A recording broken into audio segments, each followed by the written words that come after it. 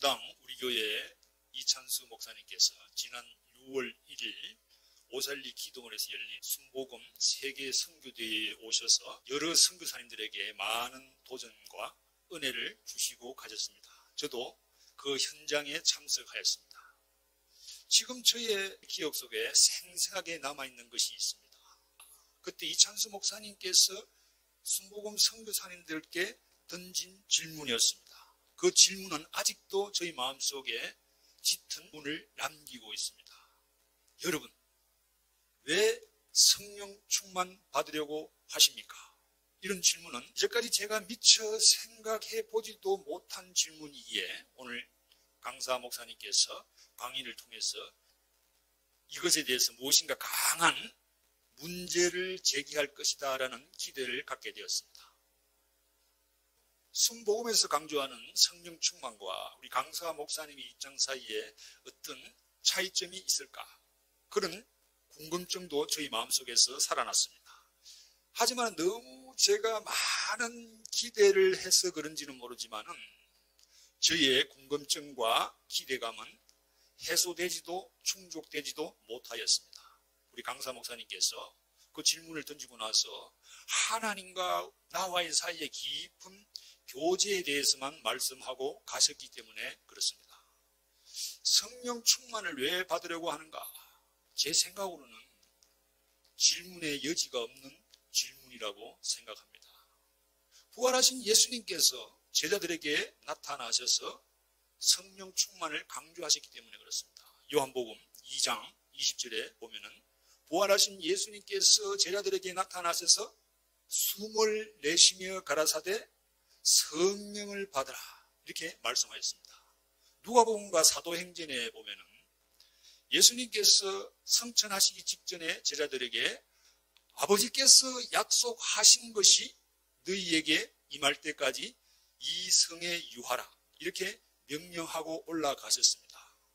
제자들이 예수님의 명령에 순종하여서 마가다락방에서 모여서 아주 열심히 기도할 때에 호련히 하늘로부터 불의 혀 같은 것이 갈라지는 것이 각 사람에게 임하였다고 말하고 있습니다.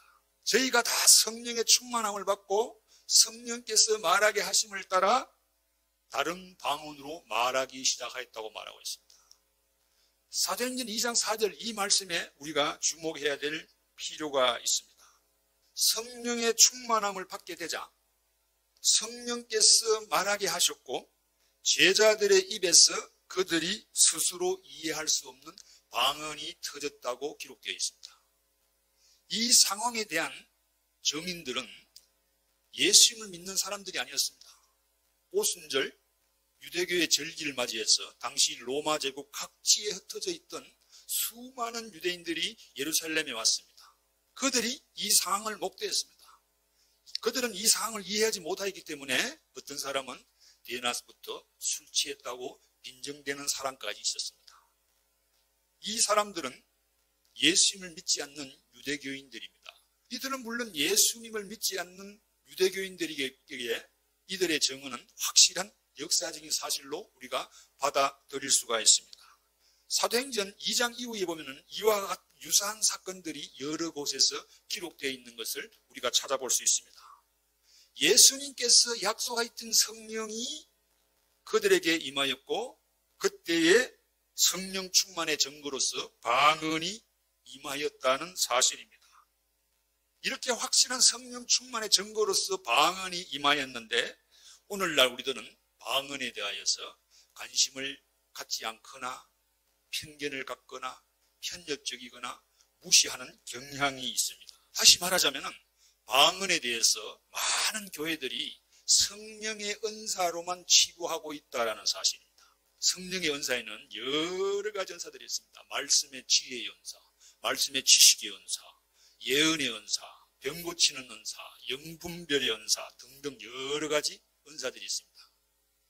방언은 이런 여러 가지 은사들 중에 하나라고 보는 것은 고린도전서 12장부터 14장에 기록된 바울의 언급에 근거하고 있다고 저는 봅니다.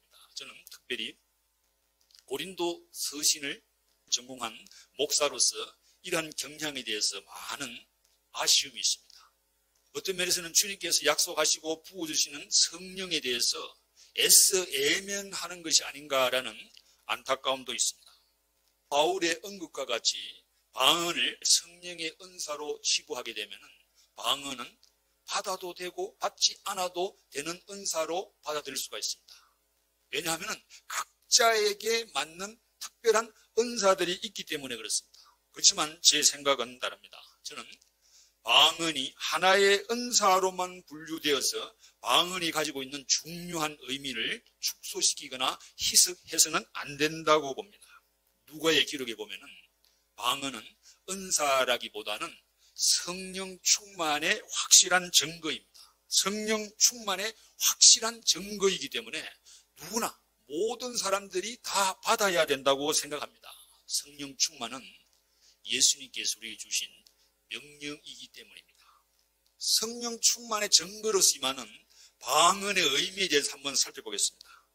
방언이 성도들에게 은사로만 받아들여지기에는 너무나도 중요하고 큰 의미가 있습니다.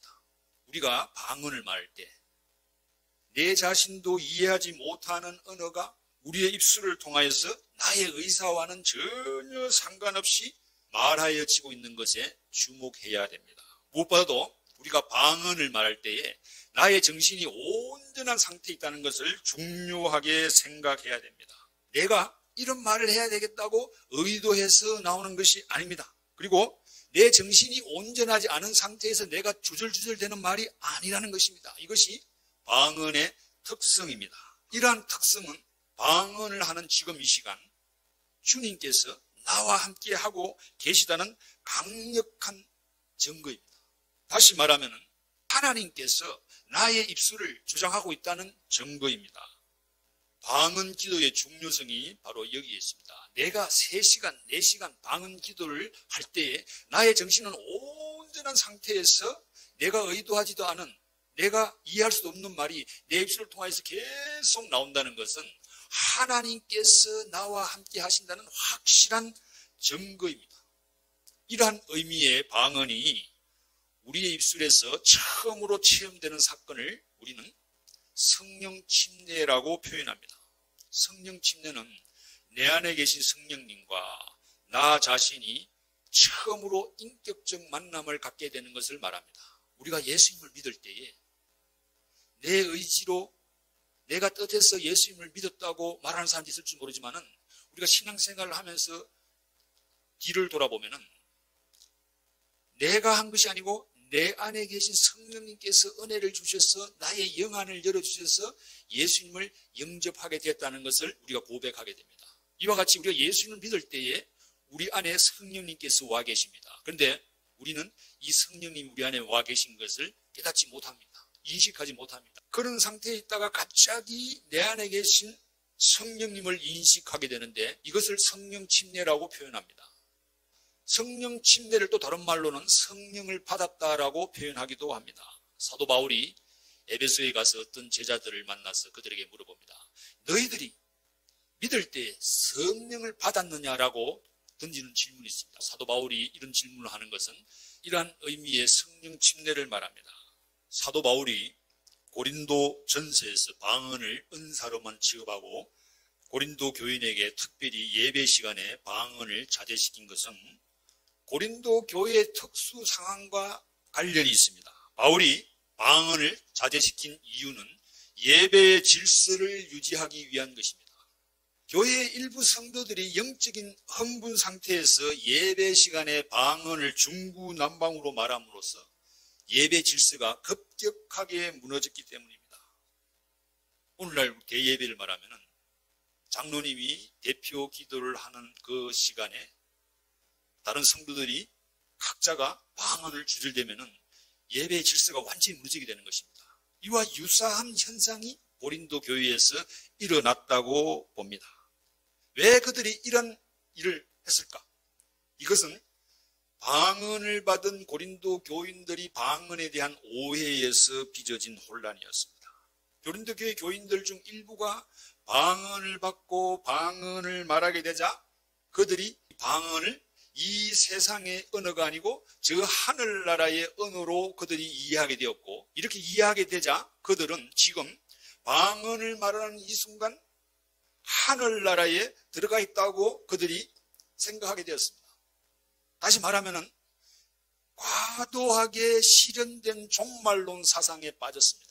종말의 완성은 예수님께서 이 세상에 다시 오셔서 예수님께서 재림하셔서 완성되는 것인데, 고린도 교회 교인들이 방언을 말하게 되자 이미 그들이 하늘나라에 들어갔다고 생각하게 된 것입니다.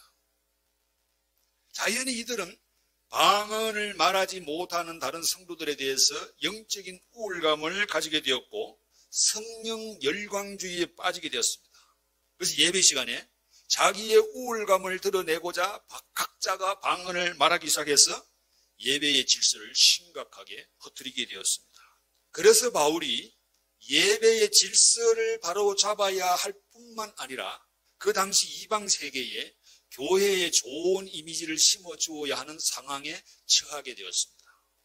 그리하여서 고린도전서에서 상당히 많은 분량을 할당하여서 방언에 대한 언급을 하고 있는 것입니다. 사도 바울이 고린도 서신에서 방언을 은사로 분류하고 자제시키고 예언의 은사를 장려한 것은 고린도 교회의 특수 상황과 연관을 지어서 해석을 해야 됩니다.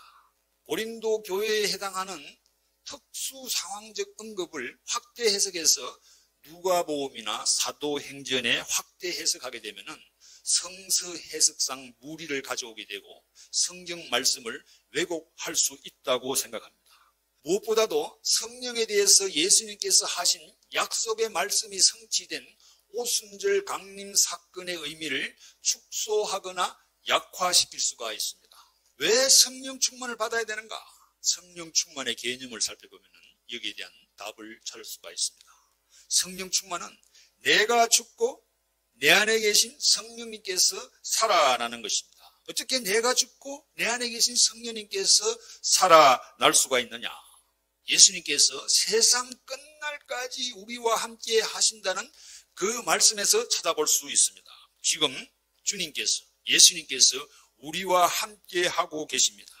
예수님께서 우리와 함께 하시는 방식은 하늘나라 보좌 우편에서 우리에게 성령을 보내주시는 것에서 찾아볼 수가 있습니다.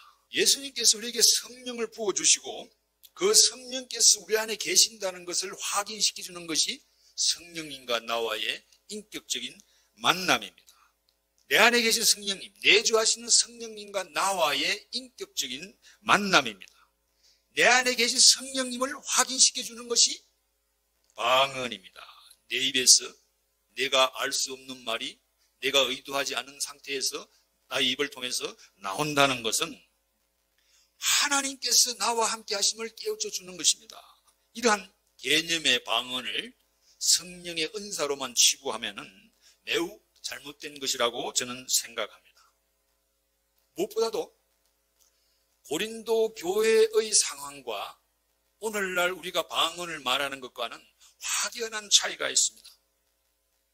고린도 교회 성도들은 성령 열광주의에 빠져서 영적 광란 상태에서 방언을 말함으로 예배의 질서를 많이 흐트리고 있었습니다. 이와는 대조적으로 오늘날 우리가 방언을 말할 때 우리는 정신이 말짱한 상태에서 나도 모르게 나의 입에서 이 방언이 터져 나오는 것입니다. 내가 방언을 통해서 3시간, 4시간 기도를 하더라도 나는 정신이 말짱하고 온전한 상태에 있습니다. 나 자신이 성령 열광적으로 변해서 내가 정신을 잃어버린 경우는 한 번도 없습니다. 그리고 오늘날 어느 누구도 예배 질서를 흐트리는 사람은 아무도 없습니다. 그러므로 고린도 교회 특수 상황과 관련한 방언에 대한 언급을 일반화하여서 사도행전에 기록된 예수님의 약속의 성취로 나타난 성령 강림 사건에 적용해서는 안 됩니다. 우리가 기도할 때 우리는 마땅히 빌바를 알지 못하나 오직 성령이 말할 수 없는 탄식으로 우리의 기도를 돕나니라는 말씀을 깊이 묵상하시기 바랍니다.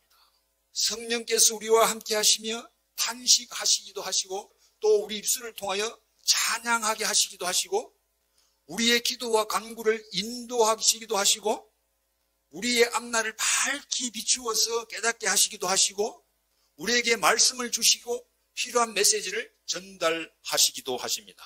이것이 방언 기도의 비밀입니다.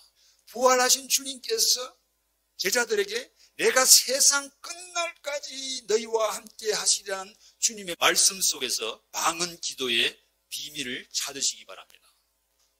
방언 기도는 기도의 채널입니다.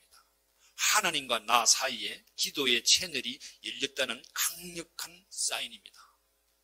오늘날 TV 방송국에서 프로그램을 제작해서 드라마나 오락 프로그램 이런 것들을 송출할 때 전파를 통해서 송출하기도 하고 인터넷을 통해서 와이파이를 통해서 우리에게 전달이 됩니다.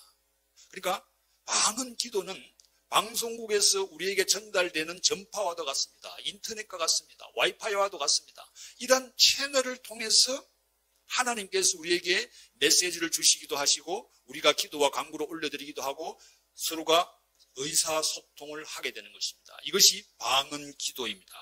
따라서 방언 기도를 절대적으로 사모하시기 바랍니다. 간절한 마음으로 구하시기 바랍니다. 이미 방언을 받으신 분들은 더욱 기도에 힘쓰시기 바랍니다. 기후변화로 인하여 지구의 종말이 지금 우리에게 확연하게 드러나고 있는 이때에 더욱 성령 충만의 인도함을 받으시기 바랍니다. 우리 속에 와 계신 주님은 우리와 더욱 깊은 은밀한 대화를 나누시기를 원하십니다. 이러한 놀라운 은혜를 체험하시기를 간절히 축원드립니다.